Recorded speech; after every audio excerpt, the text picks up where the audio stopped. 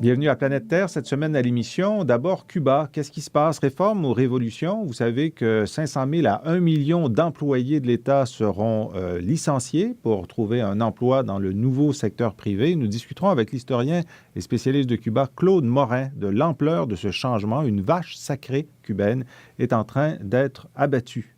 Ensuite, nous allons parler du Coran. Alors, ce livre sacré que certains voulaient brûler et ont décidé de ne pas brûler finalement. Mais qu'est-ce que c'est exactement? Donc, le Coran pour les nuls. J'ai demandé à Patrice Broder, spécialiste de l'islam, de nous expliquer ce livre sacré, de nous dire comment il se compare ou ne se compare pas au livre que vous connaissez mieux, sans doute, la Bible. Et finalement, nous allons parler des pervers, les pervers au cinéma. Michel Marie, qui est spécialiste en cinéma, a écrit un livre qui fait la nomenclature des perversions depuis l'invention du cinéma jusqu'à nos jours. Il va nous dire pourquoi les cinéastes et les cinéphiles que nous sommes si intéressés à voir se déployer sur le grand écran des perversions de toutes sortes. Mais tout de suite, Cuba.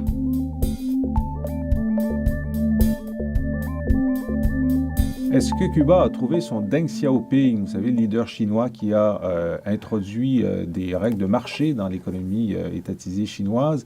Est-ce que ce Deng Xiaoping chinois est le frère de Fidel Castro, Raúl Castro, qui dirige l'île depuis que Fidel a sombré dans des problèmes de santé dont il semble se remettre ces temps-ci? Alors, nous en discutons avec notre grand expert sur la question cubaine, l'historien Claude Morin. Merci d'être là avec nous, Claude. Bonjour, Jean-François. Alors, qu'est-ce que vous répondez à cette question? Est-ce que Raoul est Deng Xiaoping? C'est une question très provocante. Je pense que le modèle chinois, si on peut s'exprimer ainsi, du moins c'est comme ça qu'on le caractérisait, a effectivement un impact sur la manière dont les dirigeants voient une possible solution aux problèmes que vit Cuba, qui sont des problèmes avant tout économiques. Et c'est pour ça que l'économie chinoise, qui est en expansion, peut inspirer les dirigeants cubains. Mais le modèle chinois, si on peut encore reprendre la formule, a aussi beaucoup d'effets négatifs que Cuba ne voudrait pas reproduire, les inégalités, notamment, c'est ce qui est aussi les effets sur l'environnement. Cuba est préoccupé par sa place dans la nouvelle économie qui saura être verte. Alors, je pose la question de façon provocative parce qu'il y a eu donc, une annonce ces jours derniers très surprenante, donc Raúl Castro qui a annoncé qu'il y aurait 500 000 postes de fonctionnaires qui seraient abolis dans les mois qui viennent, probablement 1 million d'ici l'année prochaine, et dans une île où 85% de la population active sont des employés de l'État. Oui. Alors, pourquoi un geste aussi fort, aussi important, et pourquoi maintenant? D'abord, c'est un problème que l'on a traité depuis les années 90 avec le lâchement de Cuba de ses partenaires comme l'URSS et les pays du Comecon et aussi le renforcement du blocus économique, commercial et financier, comme on l'appelle, y compris aux Nations Unies. On reverra cette formule dans un mois avec une résolution qui sera à nouveau présentée comme annuellement par le gouvernement cubain. La situation n'est pas plus catastrophique qu'elle l'a été dans les années 90, même il y a eu une embellie. Cependant, il faut admettre, et c'est ça que les autorités reconnaissent, qu'il y a un ralentissement. Le taux de croissance est tombé en bas de 2 %. Il le sera encore cette année en bas de 2 % Et il y a effectivement une nécessité de dégraisser l'appareil d'État, qui, comme vous disiez, accapare presque 90 % de la force de travail cubaine. C'est important au niveau symbolique et possiblement au niveau politique. Au niveau symbolique, c'est que chaque Cubain s'attendait à avoir un emploi assuré, garanti, et c'était l'État qui garantissait cet emploi. Or, cela n'est pas possible. Ce n'est pas possible depuis longtemps. Mais cette fois-ci, il faut prendre le taureau par les cornes et il faut appliquer des réformes qui consiste à dégraisser l'appareil d'État de manière à relancer la productivité et en finir avec cette anomalie qu'à Cuba, on peut vivre sans travailler. Oui, alors c'est ce que Raúl Castro a dit dans son discours. Nous devons éradiquer pour toujours l'idée que Cuba est le seul pays au monde où l'on puisse vivre sans travailler, alors que les gens avaient un emploi. Mais donc, c'était des emplois fictifs. Ils se rendaient au travail ou peut-être ne se rendaient pas, mais étaient employés de l'État. C'est ça qu'il faut reconnaître et c'est un vice qui est depuis longtemps perçu, mais on n'a pas trouvé les moyens de le combattre autrement que par des paroles.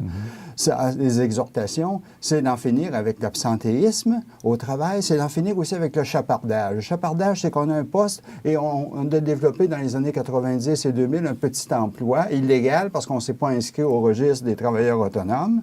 Parallèlement, on exploite quelque chose et on utilise des ressources qui appartiennent à l'État, qui appartiennent à l'ensemble de la société, mais qu'on considère appartenir à un être fictif qui est l'État pour faire fonctionner sa petite entreprise avec un employé qui est celui qui exerce cette fonction de plombier, de coiffeur, que dire de...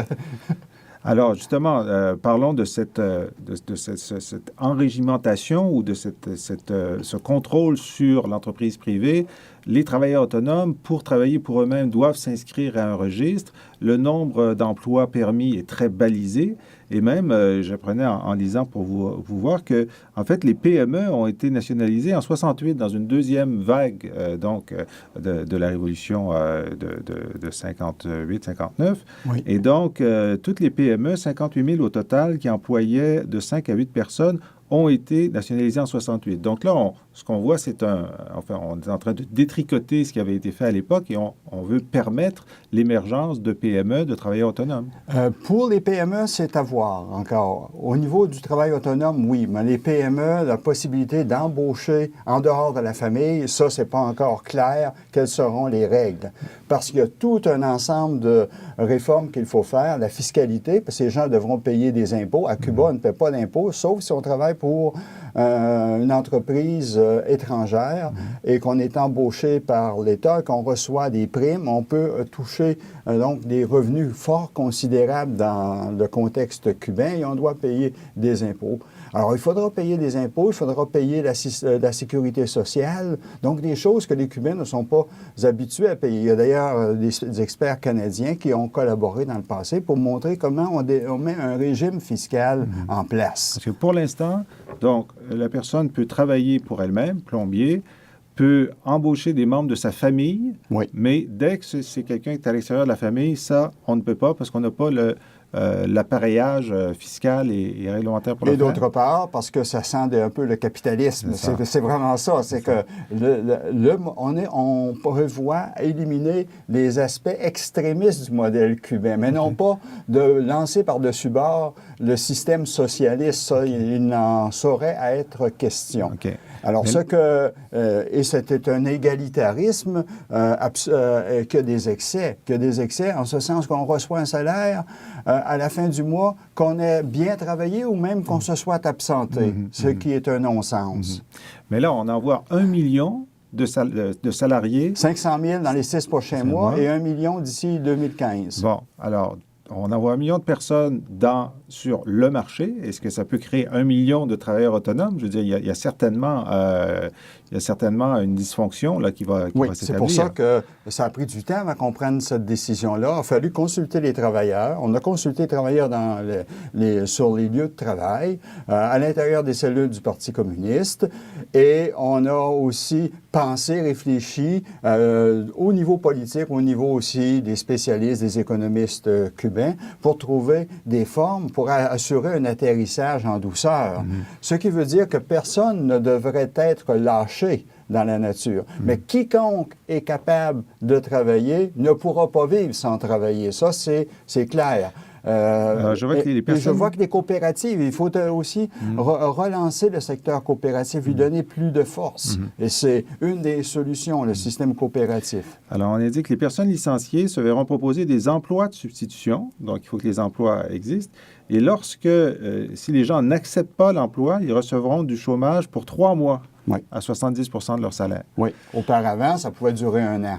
Okay. Dans les années 90, on a connu une période où on a fermé des usines à cause du manque de matières premières, de fournitures et de débouchés pour les produits qu'on pouvait produire à cause à la fois du lâchement, de la rupture des relations commerciales avec l'Est et d'autre part, le renforcement du blocus. Mais ça, c'est la question. Si c'est le bureau de placement qui offre un emploi de substitution, d'où vient cet emploi de substitution s'il n'est pas dans l'État? Et il sera dans des formules qu'on est en train de concevoir et sur lesquelles on a planché, mais qui n'ont pas encore été annoncées. Et les formules, c'est possiblement de la PME, autoriser les petites entreprises et de recruter des travailleurs en dehors du cercle familial. Ça, c'est l'aspect le plus problématique de cette ouverture à la PME.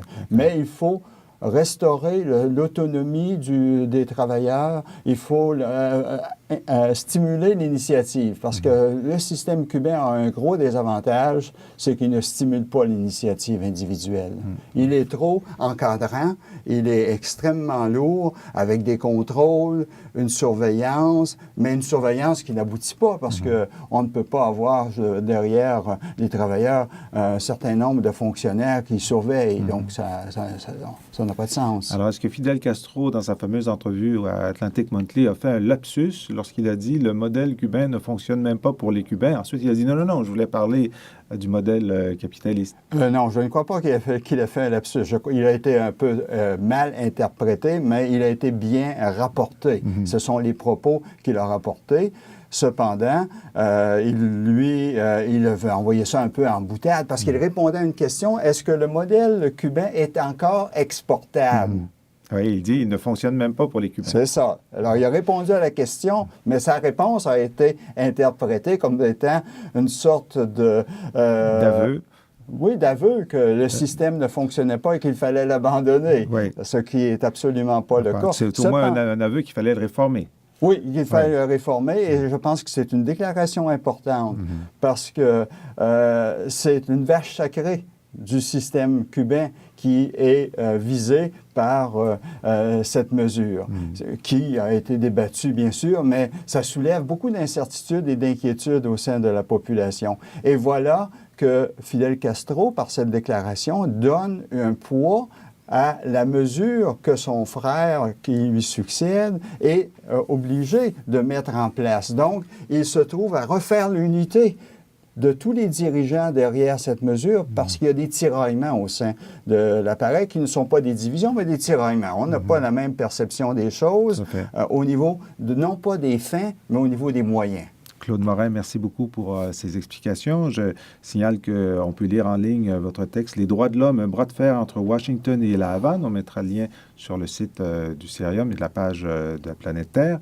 Qu'est-ce que vous avez pensé, qu'est-ce que vous avez choisi comme plage musicale pour clore notre propos? Étant donné la fin de notre entrevue, que je prévoyais qu'il y aurait une place pour Fidel Castro, j'ai pensé à un livre qui est passé presque inaperçu parce qu'il y a eu comme un boycottage de ce livre et qui est pourtant un livre par quelqu'un de très connu dans le milieu francophone, Ignacio Ramonet. C'est Fidel Castro, biographie à 2 voix, publié en 2007 en traduction française et qui est une sorte de discussion qui a duré plus de 100 heures sur plusieurs jours, même mois, avec Fidel Castro. Et c'est un parcours de toute sa vie depuis sa naissance jusqu'à sa maladie en 2006. Donc, c'est une lecture que vous nous suggérez. Rappelez-moi le titre, Biographie à 2 voix. Fidel Castro, biographie à 2 voix par Ignacio Ramonet. D'accord. Et comme choix musical, qu'est-ce que vous nous proposez? Pour rester sur le même sujet, Eso llegó Fidel, c'est-à-dire Fidel là-dessus est arrivé, et c'est une sorte de rappel de ce qu'était Cuba avant la Révolution et de ce que Cuba est devenu avec ce que Fidel a donné comme exhortation, comme ligne de conduite. De Carlos Puebla. Oui, qui est aussi l'auteur d'une autre chanson fétiche, Comandante, à propos de Che Guevara. Claude Morin, merci beaucoup. Et nous écoutons, grâce à vous, Y en eso llegó Fidel. Aquí pensaban seguir ganando el 100% con casas de apartamentos y echar al pueblo a sufrir y seguir de modo cruel contra el pueblo conspirando para seguirlo explotando y en eso llegó Fidel. Se acabó la diversión, llegó el comandante y mandó a parar. Nous sommes de retour à Planète Terre, l'émission des chercheurs du Cerium. Et cette semaine, nous allons parler d'islam, mais nous allons en parler comme vous et moi voulons en entendre parler, c'est-à-dire l'islam pour les nuls. Et en tout cas, je parle pour moi, je vais jouer le rôle de nul. Et l'expert pour nous éclairer est Patrice Brodeur. Merci beaucoup d'être là, Patrice. Merci à vous. Patrice, vous êtes professeur à l'Université de Montréal en sciences des religions. Vous êtes titulaire de la chaire de recherche du Canada, Islam, pluralisme et globalisation. Vous enseignez sur la modernité, l'islam, la diversité religieuse, l'interreligieux, la gestion des conflits. Et vous avez participé à l'école d'été du Cérium, Comprendre l'islam. Et je me suis dit, ce que j'aimerais vous poser comme question, c'est que vous nous expliquiez le Coran pour les nuls, et je vais être le nul, et je vais prendre mon point de référence, qui est la tradition chrétienne, et je vais vous poser des questions. Vous me direz qu'est-ce qui correspond, qu'est-ce qui ne correspond pas. Bon, par exemple, on sait que la Bible, pour nous, lorsqu'on la lit, il y a la Genèse, il y a l'Ancien Testament, il y a l'histoire de Moïse, Abraham à Moïse, le peuple d'Israël, 4 versions de la vie de Jésus, et ensuite l'apostolat. Quand on lit le Coran, quelle histoire lit-on? C'est sensiblement la même histoire. C'est l'histoire finalement des prophètes qui remontent jusqu'à Adam et qui crée finalement le prototype de l'humain.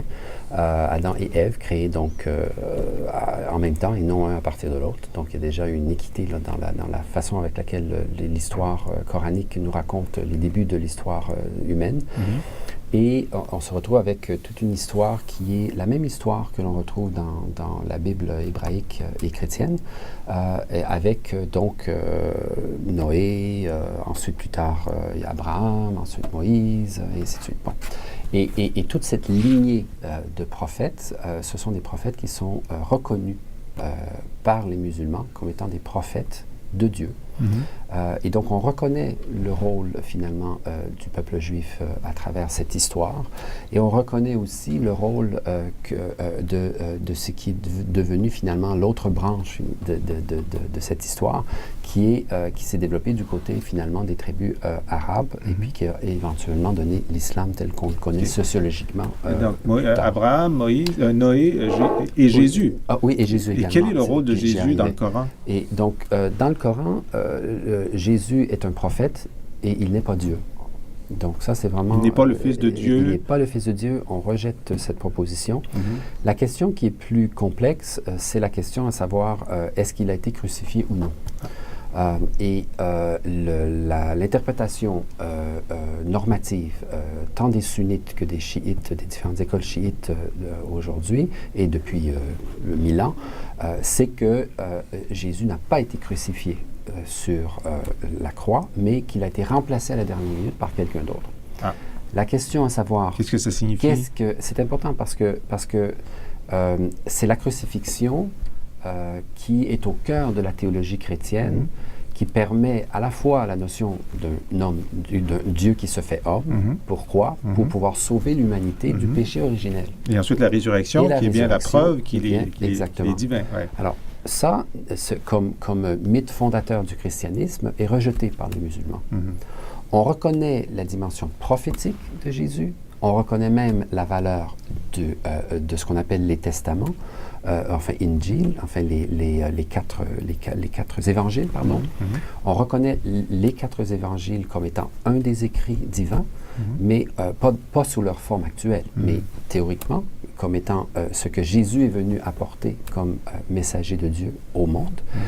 Mais on ne reconnaît pas que Jésus soit Dieu. Ça, c'est clair. Mais on demeure avec une question théologique importante qui n'a jamais été complètement résolue dans les différentes écoles d'interprétation de l'islam, ce qui est à savoir, bon, qu'est-ce qui est arrivé à Jésus? Parce que ce qu'il est clair, c'est qu'il n'est, selon les musulmans, c'est qu'il n'est pas mort sur la croix, il n'a pas ressuscité, mais, donc, il est dans un... il n'est pas mort non plus, donc on est dans c'est la version de Scorsese dans La dernière tentation du Christ, il a continué à vivre avec Marie-Madeleine, et puis voilà. C'est plus... non, c'est pas dans cette dimension-là. C'est dans la dimension où il serait dans un état qui serait ni vivant ni mort, et puis là, il y a différentes écoles d'interprétation, à savoir, est-ce qu'il reviendrait à la fin du temps, oui ou non, et si oui, sous quelle forme, et est-ce que c'est le Mahdi ou le Messie attendu ou non?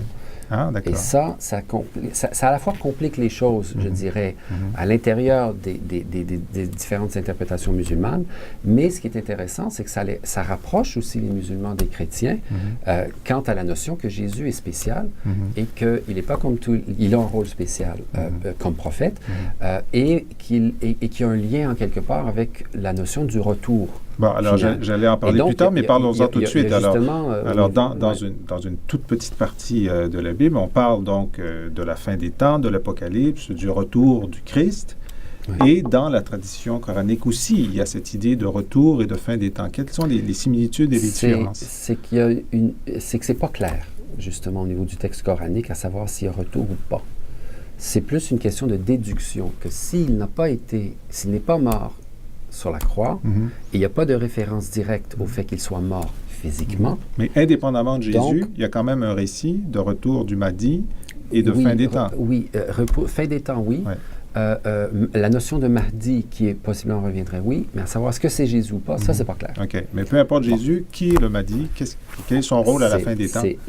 Puis là, encore une fois, il y a différentes écoles. Allez-y. À savoir, est-ce que c'est un rôle de quelqu'un qui pourrait jouer un rôle politique, par exemple, comme ce l'est dans une version, enfin, d'interprétation juive de la notion du Messie, qui reviendrait comme leader politique pour mettre fin à l'humanité et l'amener et l'ouvrir dans une nouvelle ère de réelle humanité divine, si je peux m'expliquer ici, ou est-ce que ça va être un rôle plutôt symbolique dans le sens immatériel du terme, que c'est quelqu'un qui revient sur Terre, oui, mais qui, à partir de là, va avoir simplement déclenché le début de la fin du monde. Et qu'est-ce que ça va avoir lieu qu'est-ce que ça va avoir l'air physiquement? Okay. Je veux dire, ça, c'est... Est-ce qu'il y a une notion de jugement? Dernier? Oui. Et ça, par contre, c'est clair. Okay. Et puis la question, est-ce que le jugement dernier a lieu avant que le Mahdi vienne ou ça se fait de façon concomitante avec la venue du Mahdi? C'est encore une fois différentes interprétations. Mais le jour du jugement, ça, c'est clair. Yom el-Din en arabe, je veux dire, c'est le jour où chaque humain va être interpellé devant Dieu à devoir prendre la responsabilité de ses actes, de ses pensées, de ses agirs et dire, etc.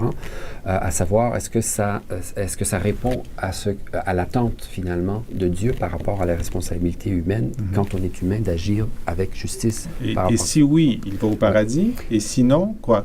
Et sinon, c'est l'enfer. C'est l'enfer. Et là, dans le texte coranique, il y a beaucoup d'images, à la fois du paradis et de l'enfer, principalement, par contre, pour les hommes, et c'est pas clair pour les femmes exactement qu'est-ce qui se passe, quoique il y a une dimension implicite. C'est pas clair qu'il y ait de l'enfer au paradis, ou c'est seulement le paradis pour les femmes?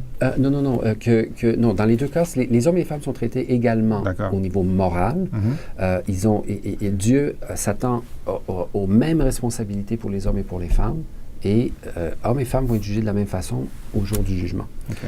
Alors, que ce soit homme ou femme, si on a bien agi dans sa vie, on va au paradis, sinon on va en enfer. OK. Et ce sont et là, c'est à savoir, dans les écoles d'interprétation aujourd'hui qui existent en islam, comme d'ailleurs dans les autres traditions, est-ce qu'on va prendre une approche plus littérale d'interprétation des textes ou est-ce qu'on va prendre une approche plus symbolique? Et puis, puis cette tension entre le littéral et le symbolique, c'est pas une tension qui est nouvelle, puisqu'on la voit à travers différentes époques également. On peut penser à ceux qui sont plus orthodoxes, traditionnels, littéralistes, d'une part, et ceux qu'on appelle souvent plus mystiques. C'est souvent répandu un peu de cette façon-là dans différentes comme dans toutes les traditions religieuses, finalement. Ouais. Alors, je vous ramène au texte.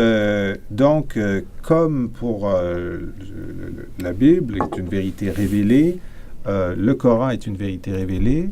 Est-ce qu'on a le récit, évidemment, comme je disais, 4 versions de la vie de Jésus. Est-ce qu'on a plusieurs versions de la vie de Mahomet dans le Coran ou une seule?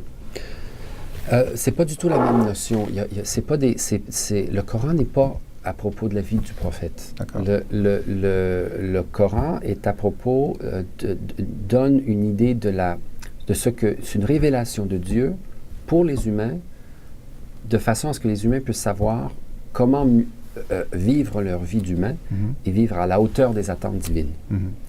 À l'intérieur du Coran, on peut retrouver des éléments biographiques reliés au prophète Mohammed, mais on ne peut pas trouver, mais c'est pas chronologique. Le D'accord, Coran c'est n'est pas comme une organisé. biographie du Au tout. contraire Ok. de la Bible hébraïque et chrétienne, qui est organisée de façon chronologique, en gros, pas le Coran du tout. Au contraire, il est organisé dans une autre culture, à partir d'une culture orale, parce que le Coran c'est une révélation orale qui a été mise par écrit éventuellement et les écrits ont été rassemblés de façon à ce qu'il y ait une seule version à peine quelques 20 ans plus tard après la mort du prophète. Ce qui Donc, veut on dire parle que de 600 à 700. les révélations ont eu lieu de 610 à 632. Après 630. Jésus-Christ. Oui. Et puis 632, c'est la mort donc du prophète Mohammed. Et à partir de 632, c'est le troisième calife. Il y a eu Abou Bakr durant 2 ans, il y a eu Omar durant 10 ans. Et ensuite, dans le début du règne de Othman, le troisième calife, il a demandé de recenser, de ramener toutes les copies de ce qui avait été mis par écrit du Coran, parce qu'il était encore principalement transmis oralement jusqu'à cette époque, mais il y avait des gens qui commençaient à le mettre par écrit. Et il a ordonné qu'on n'en garde qu'une copie, qu'une version écrite. Donc, à peu près 50 ans après, ce qui est un processus beaucoup plus rapide que celui de la Bible. La Bible qui est de 200-300 ans et du côté chrétien, au niveau du ce qu'on appelle le Nouveau Testament, ou de façon plus correcte aujourd'hui, le Deuxième Testament, et le premier, ou la Bible hébraïque, qui, lui, dont la version écrite est le résultat de centaines d'années. Et donc, pour ce qui est des évangiles chrétiens, on a retrouvé depuis les évangiles apocryphes qui sont contemporains dans leur rédaction, et maintenant on peut faire des comparaisons, etc. Est-ce que cette compression dans le temps de 50 ans seulement pour le Coran évite l'existence d'autres textes qui sont en compétition avec le Coran officiel? Pour l'instant, jusqu'à ce qu'on découvre quelque chose potentiellement dans l'avenir, ça prouve le cas, puisqu'on n'a pas de texte compétitif, disons, au Coran, de la façon avec laquelle on a des apocryphes. Mais les scribes du Coran, eux, avaient accès à des versions du livre hébraïque et de la Bible.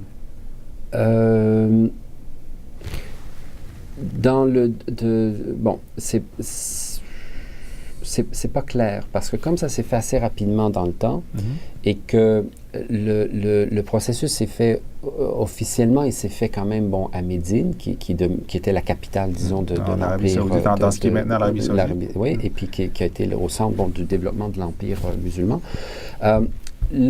La question du contact avec les Juifs et les chrétiens demeure assez complexe, parce que il y avait plus de Juifs, par le temps que le prophète est mort en 632 après Jésus-Christ, il y avait plus de Juifs qui demeuraient à Médine. Ils avaient été bannis, d'abord dans un oasis, puis ensuite plus loin, puis ensuite il y a eu, et de chrétiens, il y en avait probablement peut-être quelques individus, mais à savoir, est-ce qu'ils avaient avec eux nécessairement la version matérielle de l'écrit, tout ça, c'est pas... Parce que tous ces récits, il a fallu les prendre quelque part. Noé, Moïse, Abraham, Jésus. Oui, mais ça, de toute façon, on le savait. Pourquoi? Parce que le prophète avait voyagé en tant comme caravanier. Il avait voyagé dans les régions du sud de ce qu'on appellerait aujourd'hui la Jordanie, et peut-être même jusqu'en Syrie. Et à partir de là, on sait qu'il a été en contact direct avec chrétiens, c'est certain, juifs, et c'est certain aussi, parce qu'il y en avait même dans l'oasis de ce qui est devenu par la tard la Médine. Il y avait quand même il y avait 5 tribus à Médine lorsqu'il est arrivé on lui a demandé de venir prendre le leadership politique de l'oasis de Médine. Il y avait 5 tribus, il y en avait 3 qui étaient juives, et les 2 autres qui étaient qui venaient de se convertir officiellement à l'islam en acceptant de reconnaître le prophète comme étant leur leader politique. Et c'est les 2 qui étaient donc non juives, c'était des tribus qui étaient polythéistes avant leur conversion à l'islam, et qui étaient quand même majoritaires à Médine, mais il y avait quand même 3 tribus juives. Et elles avaient donc des écrits. Donc, il y avait un contact avec les écritures juives et chrétiennes, mais le degré de contact, c'est pas exactement clair. Très bien. Ouais.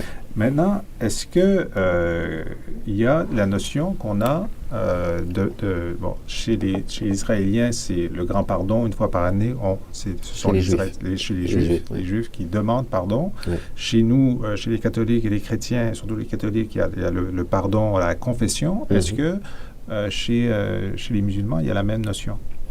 Il y a la même notion, mais c'est un processus beaucoup plus individuel. Il n'est pas institutionnalisé au niveau de ce qu'on appellerait là, des rituels institutionnalisés. Mais la demande du pardon à chacun dans des contextes qui vont être, par exemple, reliés au mois du Ramadan, vont souvent être pratiqués de façon populaire.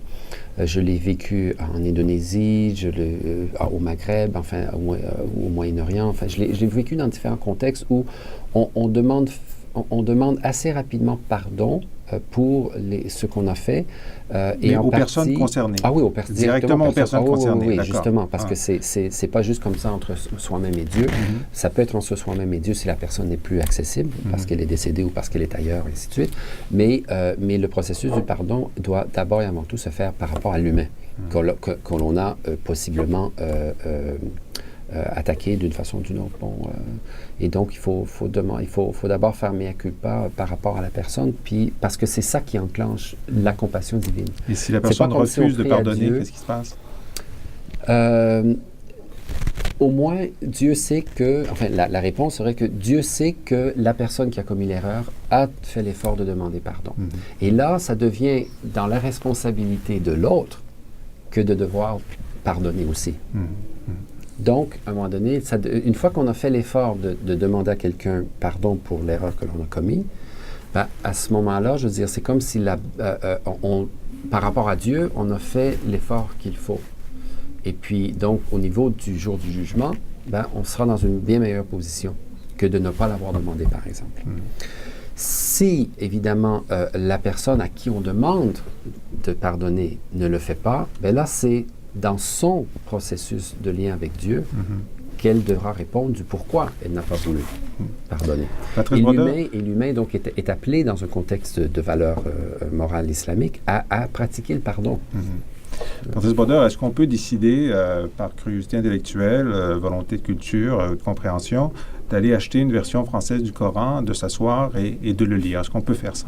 Oui, tout à fait. Et je le recommande vivement. Mais il faut aussi dire que ce sera pas, c'est pas un document qui est facile à lire, parce que tout le contexte dans la façon dans lequel il est écrit, c'est radicalement différent du contexte de la Bible. Là, je veux dire. Donc, nous, on est très habitués, on est énormément influencés par la notion d'un temps linéaire, et on a tendance à toujours vouloir construire une présentation d'un thème X ou Y à travers une perspective chronologique.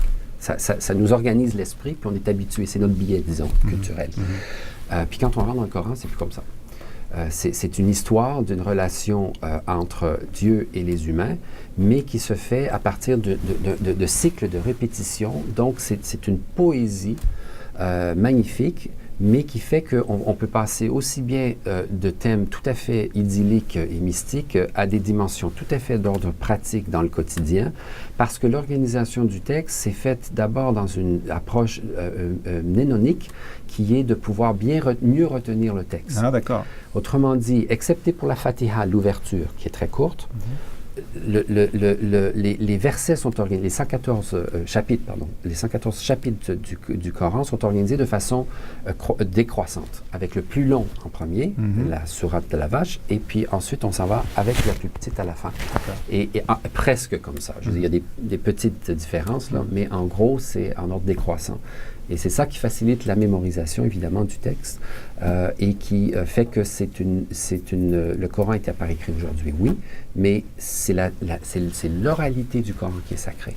C'est pas le texte écrit. Enfin, par déduction, le texte écrit est devenu aussi sacré, mais pas de la même façon. Et une des principes de cette foi, c'est que de toute façon, corrigez-moi si je me trompe, c'est que le Coran existe de tout temps. Il a été transmis de voie orale et finalement écrit, mais il existe avec l'existence de Dieu. C'est quelque chose qui... Pour la vaste majorité des musulmans à travers les siècles, ça a été une des croyances fondamentales, que le Coran est éternel, et donc que le Coran il va de pair avec Dieu finalement. Je veux dire, c'est quelque chose qui a toujours existé. C'est Kitab en fait. C'est la matrice de l'écriture, consubstantielle. Quelque chose. Oui, quoique là, il y a des débats philosophiques assez importants. Puis il y a même une école de philosophie musulmane, les Mu'tazila, qui se sont opposés à ça parce qu'ils ont dit comment est-ce qu'on peut avoir deux choses éternelles qui cohabitent, à la fois Dieu et le Coran.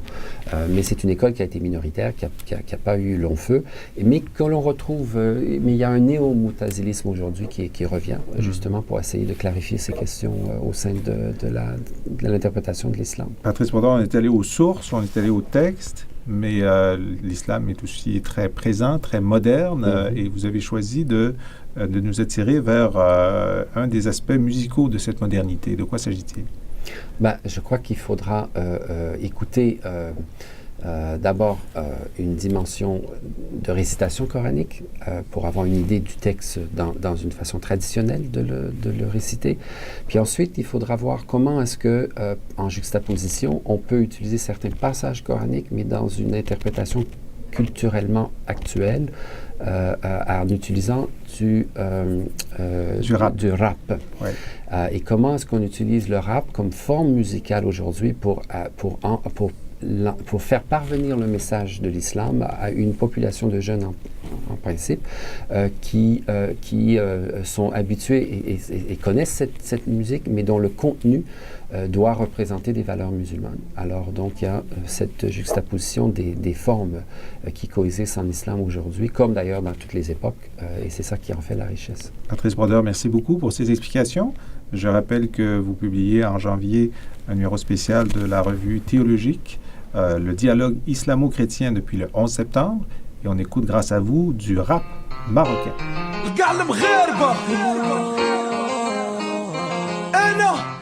انتوما وهي وكلنا مغاربة أنا يا مغربي سامي شايف نور في بلادي أنا يا مغربي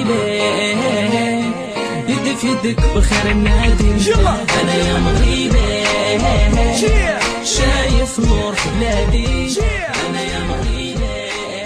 Nous sommes de retour à Planète Terre, l'émission des chercheurs du Cérium. Ici Jean-François Lisée. Écoutez bien ce que je vais vous dire. Voyeurs et exhibitionnistes, sadiques et masochistes, fétichistes, érotomanes, tueurs en série, femmes manipulatrices et fausses ingénues, pervers narcissiques. Est-ce que vous êtes toujours avec moi? Oui, je le savais. C'est parce qu'on va parler aujourd'hui des pervers avec Michel Marie. Michel, merci beaucoup d'être avec nous. Bonjour. Michel, vous êtes titulaire de la chaire de recherche sur la France contemporaine au Cérium cette année et l'an dernier. Vous êtes un spécialiste du cinéma. Oui. Et nous allons discuter avec vous aujourd'hui du livre que vous avez publié. Vous avez beaucoup publié sur le cinéma, mais pour attirer notre œil, vous avez publié l'an dernier « Les grands pervers au cinéma ». C'est dans la collection Armand Collin. Et donc, c'est un livre très bien illustré qui fait, avec une grande qualité de plume, je dois vous le dire, Michel, et beaucoup d'illustrations, le tour de ce que le cinéma a décidé de prendre comme un de ses sujets particuliers, la perversion. D'ailleurs, c'est la première question que je vous pose. Pourquoi est-ce que les cinéastes et donc le public se sont tellement intéressés à la perversion? Ouais, je crois que c'est lié au dispositif même du cinéma. C'est-à-dire, en fait, on oublie souvent que le cinéma a été inventé par Edison avant les frères Lumière. Et donc, les frères Lumière, c'est le cinématographe avec des vues en plein air sur un écran. Mais pour Edison, c'était le kinétoscope qui était commercialisé 2 ou 3 ans auparavant et qui était une machine avec un dispositif de voyeur. Parce que on voyait donc à travers 2 œilletons des petites scènes animées. Alors, bon, c'était toutes sortes de numéros sportifs ou autres, mais on a vu, on s'est emparé tout de suite de scènes grivoises et même alors il n'y a pas beaucoup d'archives, mais on a utilisé, par exemple, le cinéma et la photographie, bien entendu, dans les maisons closes. Hein. Donc, alors, tout le couple voyeur-exhibitionniste a été totalement démultiplié par les moyens d'enregistrement photographique et cinématographique à la fin du 19e siècle. Et donc, dans ce premier cas, effectivement, on le voit parfois lorsqu'on va dans des musées scientifiques, on se met les yeux comme dans des jumelles, et on est seul à voir ce qu'il y a à l'intérieur. On est vraiment en position de voyeur. Exactement, oui. Alors, ensuite, qui est le premier cinéaste à offrir à un public dans une salle une histoire qui est perverse? Oh, c'est-à-dire, le premier, c'est toujours difficile à établir, parce que, beaucoup d'inventions ont été faites simultanément, et puis des films ont disparu. Mais enfin, par exemple, si je prends la production de Charles Pathé, qui était la production archi-dominante avant la guerre de 14, il avait une série, c'est-à-dire une collection de films qui s'appelait Scènes grivoises et piquantes. Alors, les réalisateurs n'avait pas beaucoup d'importance, mais enfin c'était son directeur de production, c'est Ferdinand Zecca, mais il y en avait beaucoup d'autres. Les films n'étaient pas signés.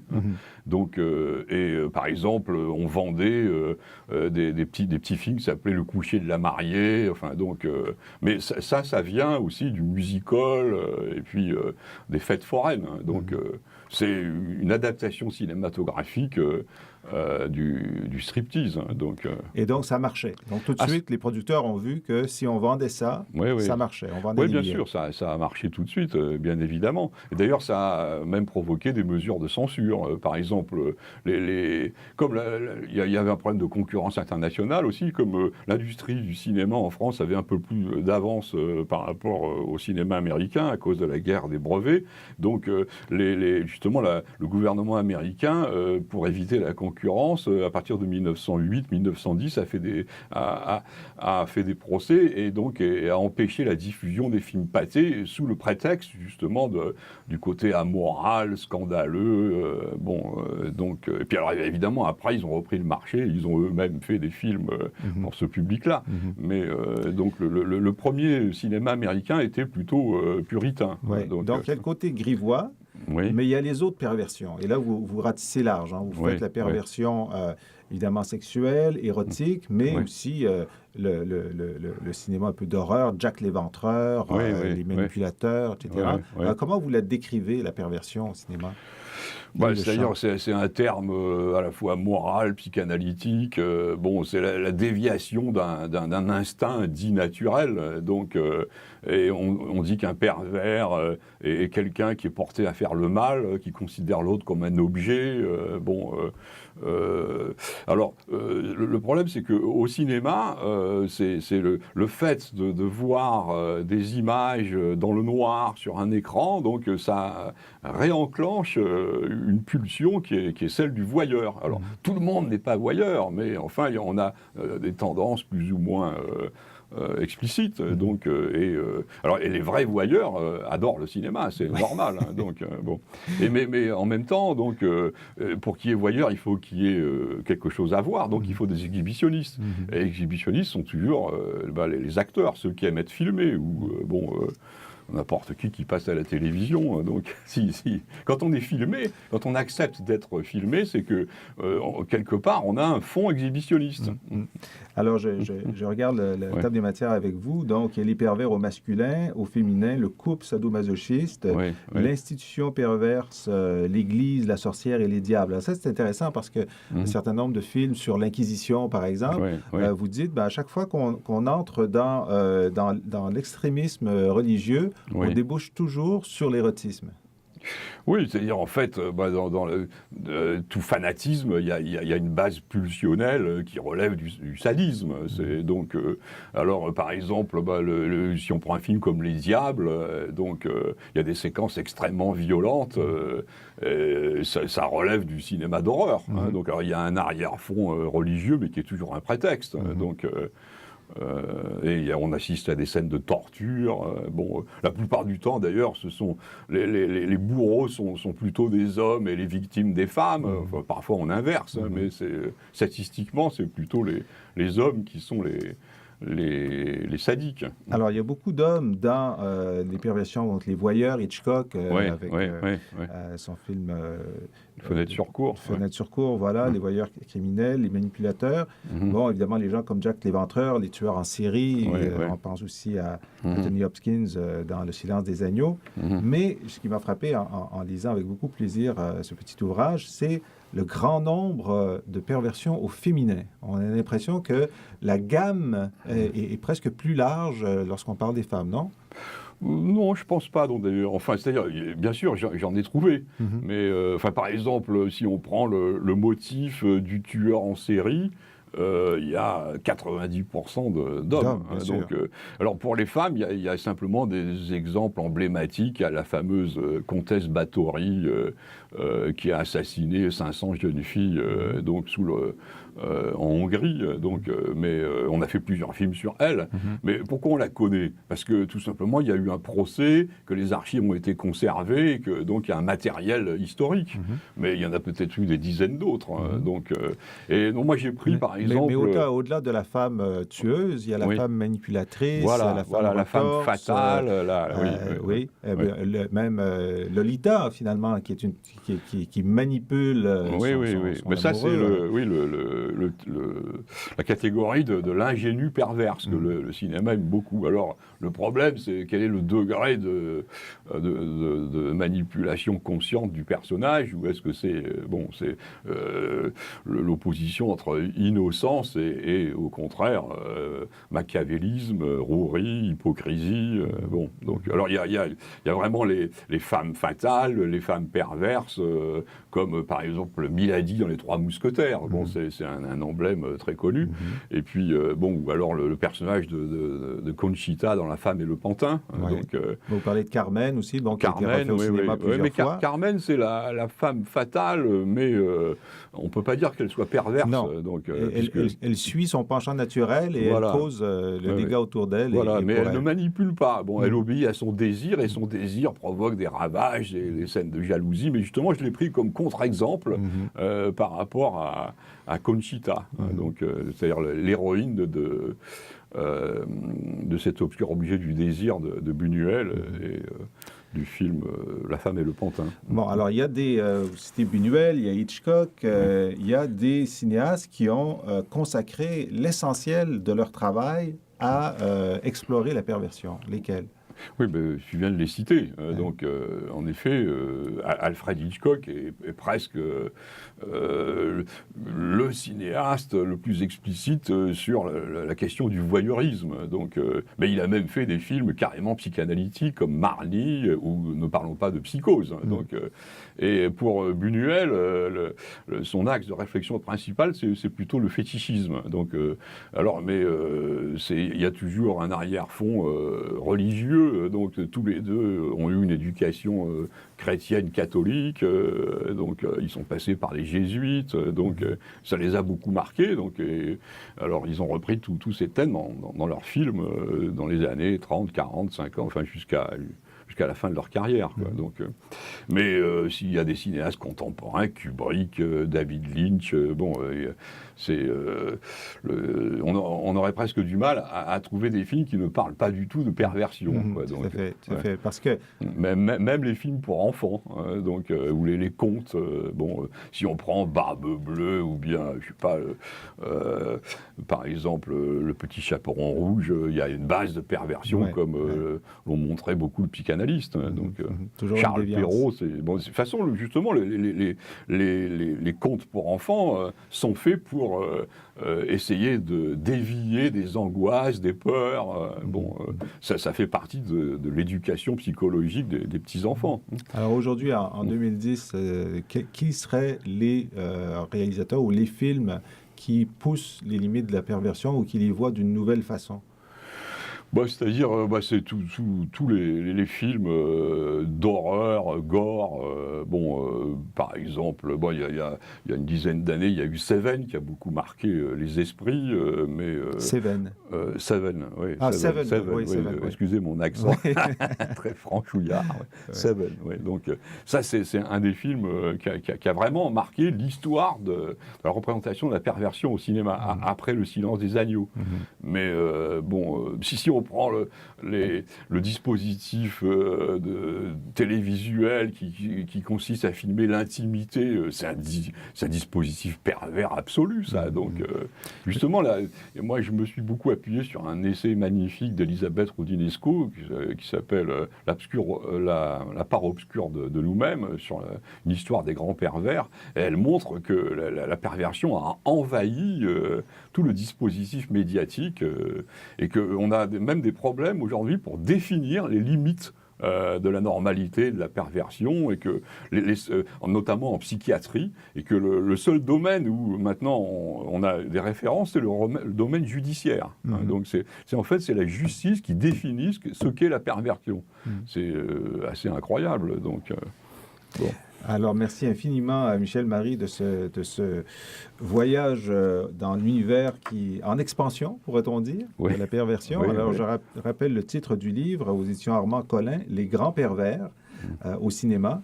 Et qu'est-ce que vous avez choisi, Michel, pour illustrer de façon sonore notre propos?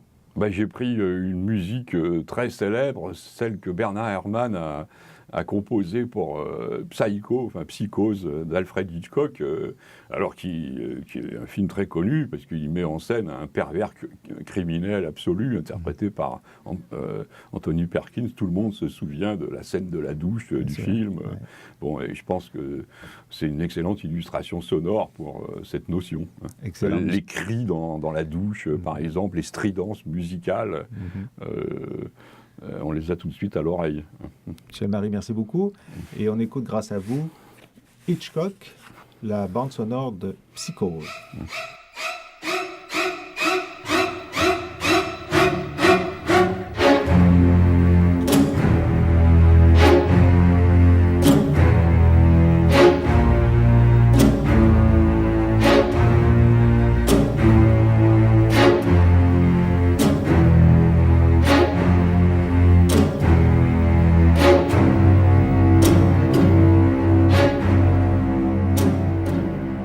Voilà, c'était notre émission pour cette semaine. J'espère qu'elle vous a intéressé.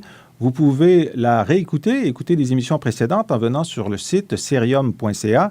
Vous trouverez également sur la page de l'émission le nom des personnes qui sont intervenues, les livres auxquels nous avons fait référence et un certain nombre de liens, y compris pour les plages musicales si elles vous ont intéressé. Vous trouverez sur serium.ca également l'annonce de nos activités publiques à venir. Elles sont ouvertes au public. Nous vous y attendons avec joie. En particulier, je vous signale 2 colloques qui auront lieu cet automne. Un premier sur les 20 ans de la réunification allemande. Quel a été l'impact pour l'Allemagne, pour le monde, pour l'Europe, de cette réunification-là après 20 ans, y compris sur le sport. Nous allons également présenter avec nos unités un colloque sur les gouvernements minoritaires. C'est maintenant le cas à la fois au Canada et en Grande-Bretagne. On va se pencher sur l'efficacité ou l'inefficacité de ces gouvernements minoritaires. Et ce ne sont que 2 des nombreux événements que nous allons vous présenter au cours des prochaines semaines. Tous les détails sur serium.ca. Je remercie l'équipe technique, Luc Laflamme, Ognan Guerriev et Charlène Ricard. Et je vous souhaite une bonne semaine et je vous donne rendez-vous pour la prochaine édition de Planète Terre.